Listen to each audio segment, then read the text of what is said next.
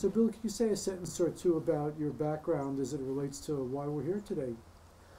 Well, I worked with Doug and have known him for about, God, 40 years. And I'm also have a reputation for being a connector. And so I have to laugh that I suspect that I know more people here than anybody else, including all of you guys.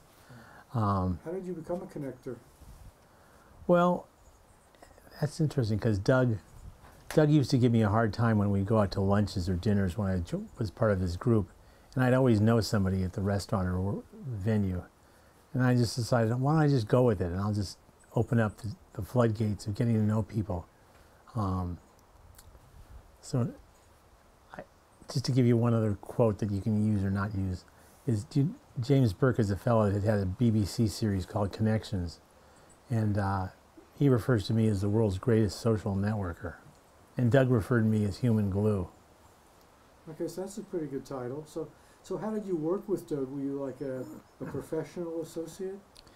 Yeah, when I joined the group, it was starting to be reduced by layoffs, etc., because McDonnell Douglas didn't really want to support it. Which group was that? Oh, back then it was called Augment, AUGMENT. And now this is the dirty secret for me, is I was in training, I was doing programming, and I was also doing marketing. So if somebody came to me and said, what are you doing in the marketing? I'd say, God, I've been doing so much programming, I don't have time for the marketing. And just, I could put people off as the group got smaller. But anyway, I worked with him in those contexts. So what's your most interesting memory about Doug? Perhaps it's one of his greatest quotes that nobody mentioned earlier today, which ought to be somewhere. And the quote ought to say something like, you just don't get it. Because all these people over the 40, 50 years come to Doug with ideas, and Doug would just tell them, you just don't get it. And anybody that attended today would probably remember at some point hearing someone say to the... Meaning that they didn't understand his vision? Yeah.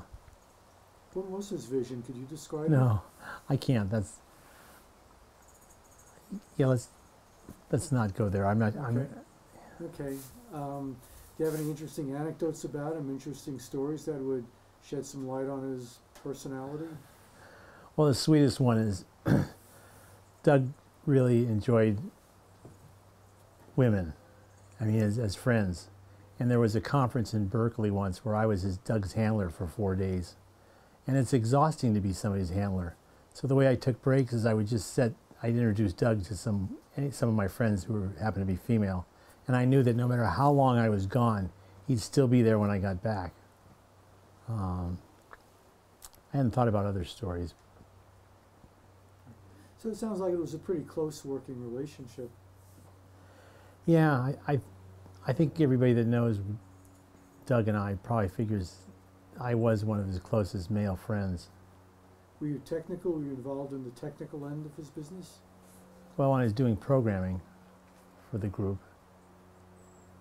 And then I just supported him over the years, the Bootstrap Institute and the Bootstrap Alliance.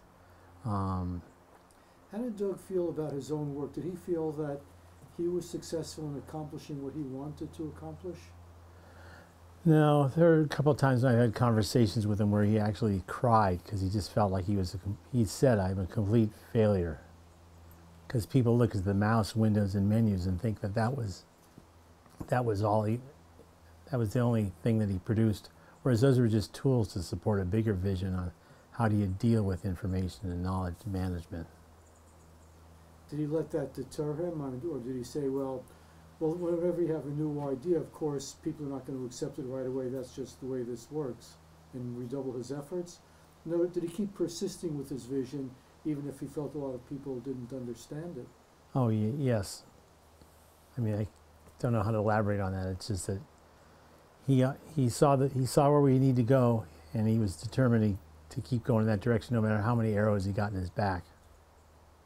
Well, did he have opposition? I mean, many people might not have climbed on the bandwagon, but did he have people opposing him or resisting him?